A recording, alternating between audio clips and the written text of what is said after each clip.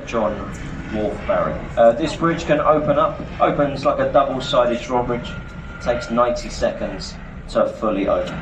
You can see the bridge open up if you want. They've got their own website now, Tower Bridge lift times. Gives you an itinerary of all the lifts which are due.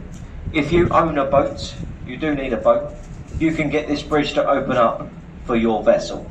As long as it's deemed tall enough to warrant a bridge lift, they're going to open it completely free of charge. If you're thinking about doing this though, you make sure you do it correctly. You do it 6 o'clock in the morning and you do it 6 o'clock in the evening. These are the rush hour times of London, so cause havoc to all the roads around the iconic Tower Bridge.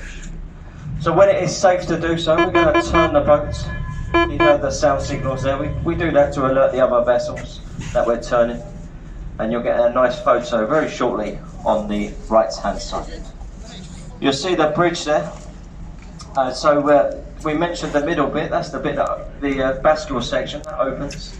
Either side of the middle you've got the suspension sections, and on top you have the new museum path. It's a glass floor now.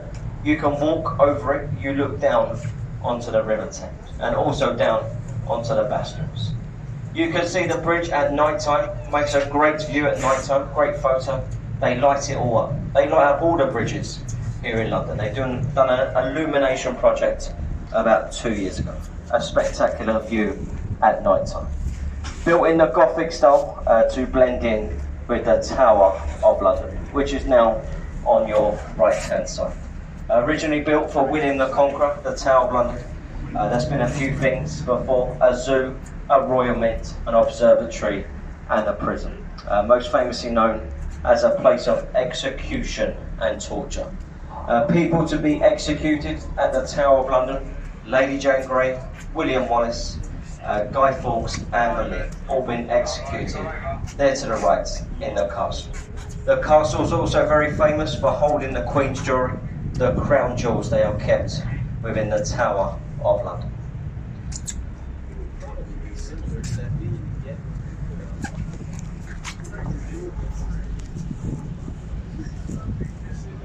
Ship coming into view, the HMS Belfast. She was built in the same dockyard as the ill-fated Titanic. She was launched on St Patrick's Day back in 1938. She last fired those guns in anger during the Korean campaign. All those guns that you see on the Belfast would fire a 100-weight shell 14 land miles.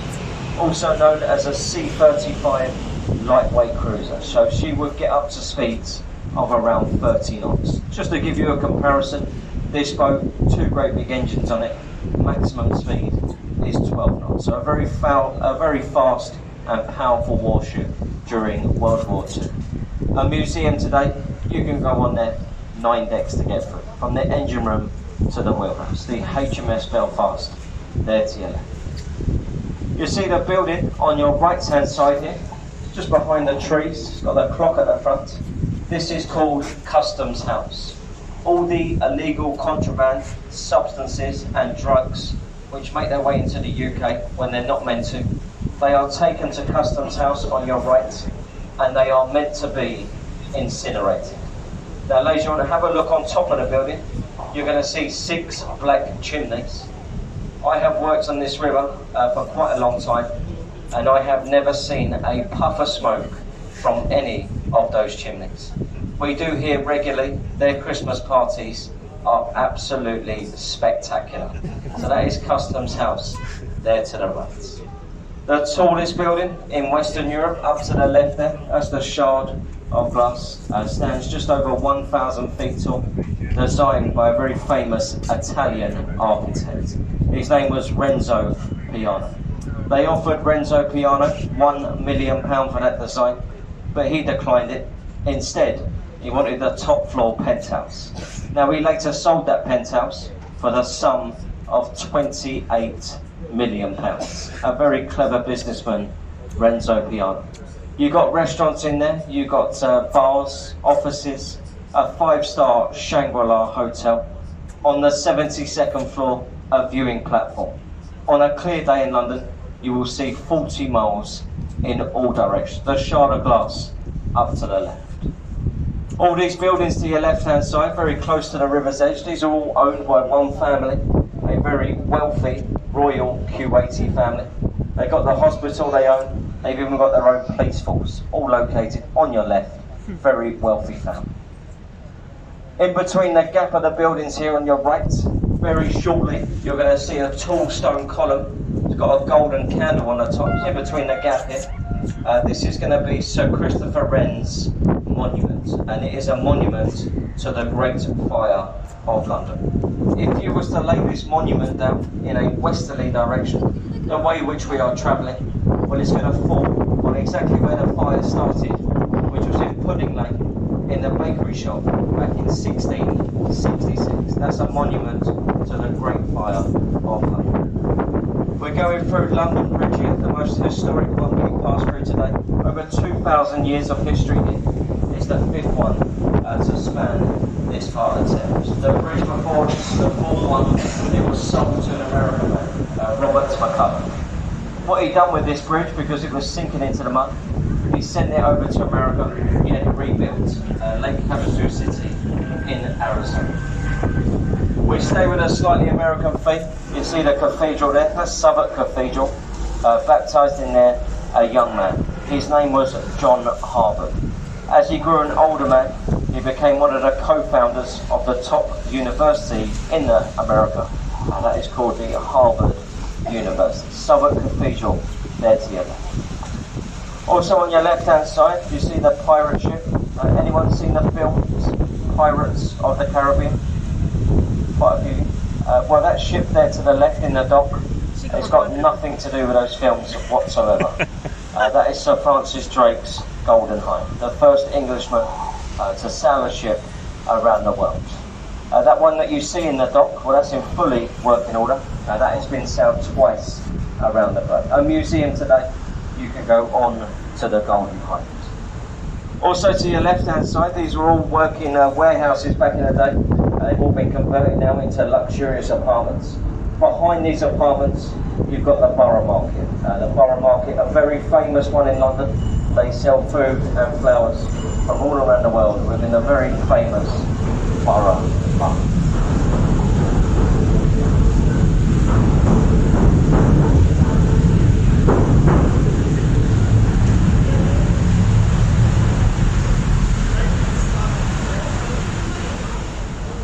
Look over here to your left-hand side. See the nice little pub in the corner there? That's the Anchor Tavern at Bankside. Was founded in 1615. They have produced some films in there before. Getting Him to the Greek, Mission Impossible, James Bond, and filmed in that pub. Some very famous people, they've had a drink in there before. Samuel Pepys, William Shakespeare, Tom Cruise, they've enjoyed a drink in the Anchor Tavern. Me and my friend the captain, who is driving the boat, we spend a lot of time in that pub. We visit that pub after work every single night. We do research in the pub, and we research the commentary which we provide you all.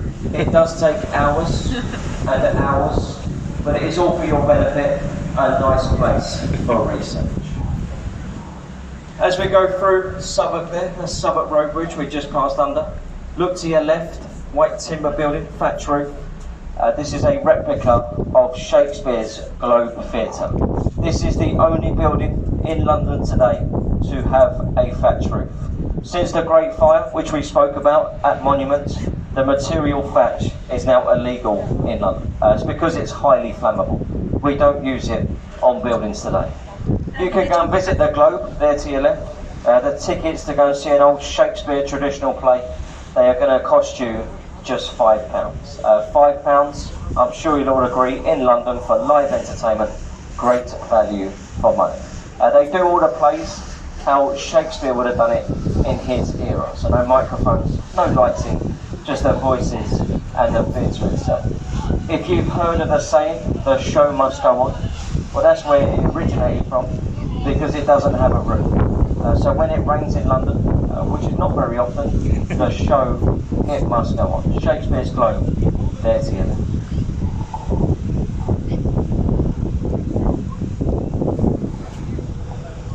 You can see the building on your left hand side, the concrete one. It's got a tall chimney on it. That is the old Bankside power station. Today that's home to the Tate Modern Art Gallery.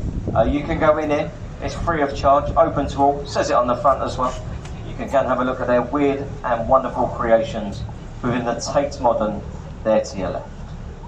Look up to the right hand side, dominating the skyline there. See the dome, the golden cross? That is Sir Christopher Wren's masterpiece.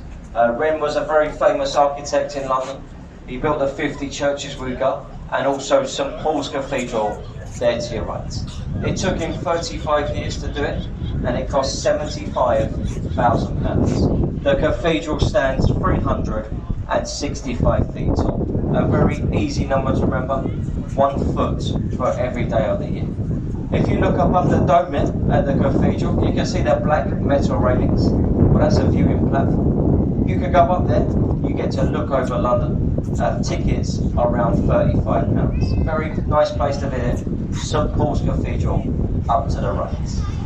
Any fans of Harry Potter on the boats? I'm sure there's some fans downstairs, maybe even on the top deck. You see the school there on the right, the City of London School. Well, this is where Daniel Radcliffe had his education. He didn't go to Hogwarts, he went to that school there on the right hand side. Also our current Prime Minister, which here in the UK, Boris Johnson, all educated at the City of London School there to the right. You can see we're just waiting at the moment. The tide at the moment here on the Thames is quite high. The tide's come in for 5 hours from the North Sea, it's flooded in it. It's quite high, as mentioned. We're just waiting for a space to go under the bridges. We do a little calculation. We take the tide away from the height of the bridge and the boat's height, and hopefully we can fit through the centre arch. So we're just waiting for our sister vessel to come through here, and then once it's clear, we're going to make our approach through the bridge and on our way to Westminster. Gives us a nice chance to mention about the bridges though, just in front of us. These are the Blackfriars bridges. These are the lowest ones, as mentioned, and also the closest ones on the Thames on our tour today. This first one that you see, this is the new one, the new railway bridge. They've done a lot of work to this, they upgraded it. They turned it into the first station to span the river. So the platforms, as you can see, they're going to be above us. The reason they've done all this work was for the 2012 Olympics. They thought everyone was going to rush to London to watch the Olympic Games. Unfortunately, the bridge ahead of us, it was completed about 1 year ago. So just a little bit too late for the 2012 Olympics. Just a few years too late. The bridge that you can see the solar panels on the top. This is what generates the power for the station today.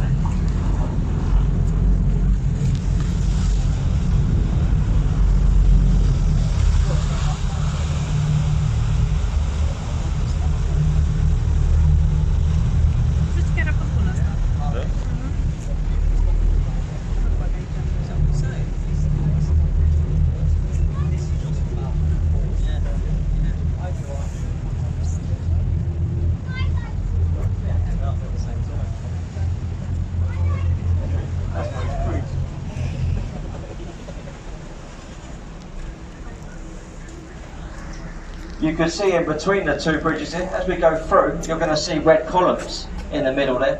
These red columns you'll see very shortly are the original foundations for the first railway bridge. It spanned this part of the river. It was called the Alexandra Railway Line. The steam trains, they used to pass over it. They took cargo from London. They took it to a place called Chatham, further down the coast to a place called Dover. As you go through, you'll see the columns, you'll notice there's not a top on it, they removed it, it became unsafe. But they left those columns there in the middle as a memory to the first railway bridge. They cannot destroy these columns with risk of disturbing the foundations for the two bridges that stand today. So you can see how high the tide is, and I'll get quite close to it, but obviously, as you can see, our calculations are right on point today. Good job from the captain. No haircuts on the boat today. So we're just going through the road bridge here. See the columns as mentioned. The road bridge here marks about halfway on our journey. Is everyone enjoying the live commentary? Yes. Yeah. Shall I continue? Yeah. As I say, just a crew here on tour boats. We do this as an old tradition on the Thames. So I do hope you're enjoying the live commentary. We're going to continue to the right here. You see all this works that's going on here on the river at the moment. This is a civil engineering project, the Thames Tideway Super Sewer. We are upgrading our sewage system. What they are doing, ladies and gentlemen, the old sewage system, which was built by a man called Joseph Bazalgette, can only handle 2 million people. In London now, there is around 11 million people. So that's why they're doing all the works that you see. They're laying a big pipe under the river. It goes all the way from Putney, which is further up the river, way ahead of us. It goes all the way down the river to a place called Essex. A 10-year project that is. It's going to cost £5 billion to correct. 13 of these sites scattered up and down the river. A huge civil engineering project in the heart of London. We go over to the left there, the red building, letters OXO, a Stamford Wharf. Used to be a refrigeration warehouse. It was taken over by the company OXO. They make the very famous stock gravy cube. No longer make it in the building today. Been transformed now. Shopping centre at the bottom. In the middle, luxury apartments. And at the top there with a glass front, a Harvey Nichols restaurant. That restaurant has been voted one of the top 5 in London. The OXO Tower, there to your left. Look on the river wall to your right hand side, you see the green lion's heads, got rings in their mouths. These lion's heads that you see were early flood indicators for the local authorities. If the river water rose above those lion's heads, they would issue a flood warning and evacuate the buildings that you see on the shores. Now they come up with a little rhyme, do join in if you know it, and it goes, if the lions are drinking, London is sinking, and if their heads are completely ducked, London is well and truly flooded. Flooded. There is another word, I'm sure you're all aware, but we're going to go with flooded, as there are a few small children on the boat. So that is early flood indicators on the right there.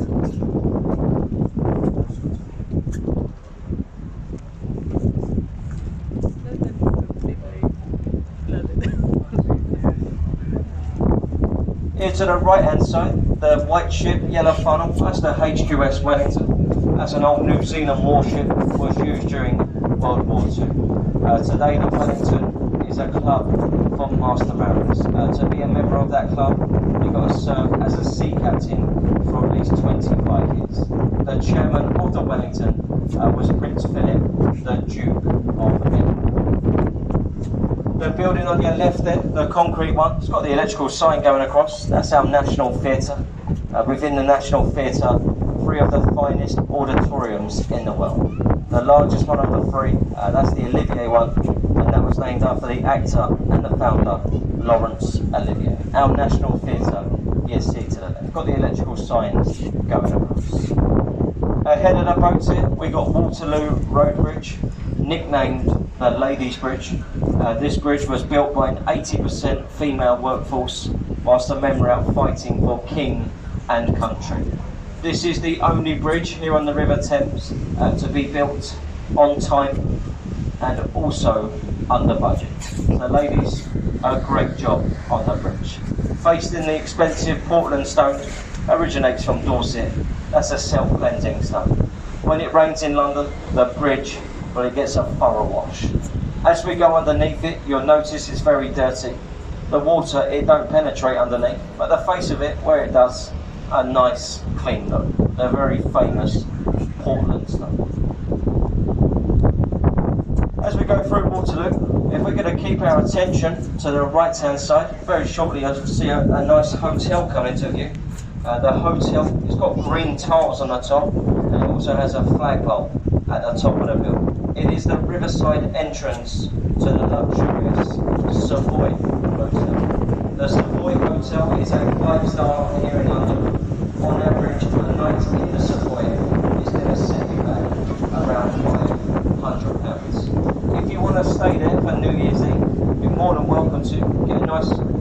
fireworks from the pier is going to cost you around £10,000. The Savoy Hotel there to the right. You see the building on your left hand side, it's got the Royal Festival Hall. You see the words on it. That is the last remaining building from the Festival of Great Britain, which was back in 1951. That building to your left, it's got the finest acoustics in all the world. It's why it's drawn in all the big acts before. Elton John, Michael Jackson, Whitney Houston, Pavarotti, just to name a few. They've all performed at the Royal Festival Hall. In front of the boat here, we've got the Charing Cross railway line. Either side of this railway line, the Golden Jubilee. As we go under the bridge, we're going to be passing under a railway line, and we're also going to be going over one at the same time. Below us, 30 metres down, is the underground system, the Northern and Bakerloo line. If you've seen the road signs around the UK, for example, 40 miles to London, it's 40 miles to Charing Cross. It marks the spot, a central point for the city. Give the people a wave as we go through. It does keep their hands busy. It stops them throwing things at the boats. So keep their hands busy as we pass through.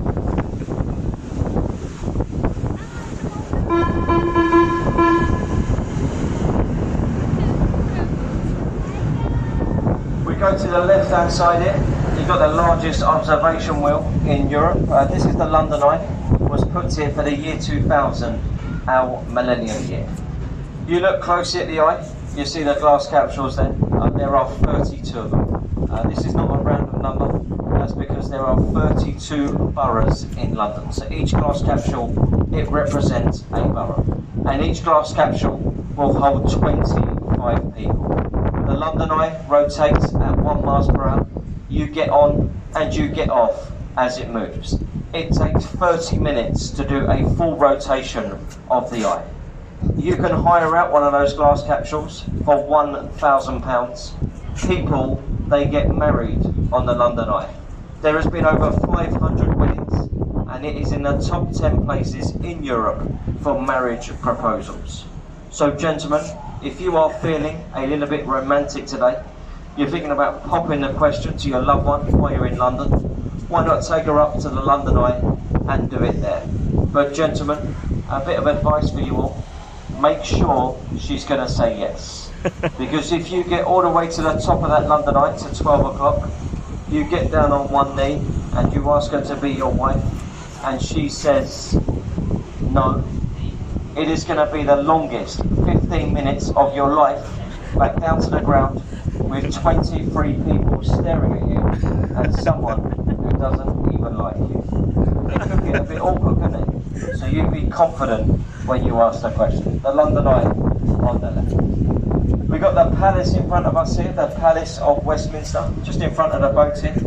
If you look on top of the palace, you're going to see two towers. The one in the distance, that's the Victorian Tower, and the tower closest to us in the scaffolding, it is called the Elizabeth Tower. Now you may know it as Big Ben. Big Ben is a nickname for the 13.5-ton bell housed within inside it. It strikes on the hour and the hour only. Named after the Commissioner Works, Sir Benjamin Hall. Sir Benjamin Hall, 5 foot tall, 5 foot round, and very loud. So he resembled that bell extremely well. All the work that's going on with the clock at the moment, it's not chiming as often as it usually does. Only chimes 2 times a year at the moment, Queen's birthday and New Year's Eve. They're taking it down bit by bit, send it to Devon further down the coast, and it is being restored as we speak. They've just unveiled the spire of Big Ben. Unfortunately, 2 more years, the scaffolding, it will remain around the clock. You can also go into the palace here. If you leave the boat at Westminster, you cross the road, you can go into the palace. There is a guided tour offered in the historic building in front of the boat, the Houses of Parliament. This is our destination here to the right. This is Westminster Pier. We're going to be making our approach now into the pier. A bit of safety, everyone. Just remain seated or hold on to something fixed as we make our approach into the pier. The boat, it doesn't have brakes. Sometimes when we go alongside the pier, we take a little bump. We don't want anyone getting hurt. if you want to leave the boat here, there's boats all day today, every sort of half an hour until around 7 p.m. the sea. You've got plenty of time to go and explore this very nice part of London. When we come alongside the pier, just have a look around your arms and your feet. Make sure you've got all your personal belongings. When you leave this boat, you're going to be exiting from the right-hand side staircase. You go down to the staircase on the right-hand side, that's how you're going to get off the boat. We're going to block the left